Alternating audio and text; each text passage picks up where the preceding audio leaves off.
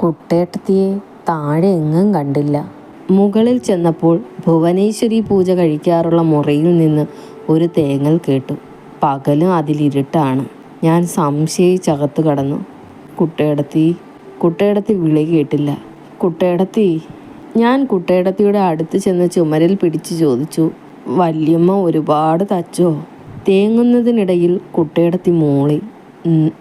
പിന്നെ എന്തിനാ കുട്ടേടത്തി കരയണേ?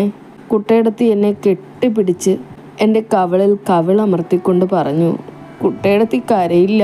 വിയർപ്പും കണ്ണുനീരും കൊണ്ട് നനഞ്ഞ മാറത്ത് മുഖമുയർത്തി കിടക്കുമ്പോൾ എൻ്റെ നെഞ്ചിലും തേങ്ങലുണ്ടായിരുന്നു.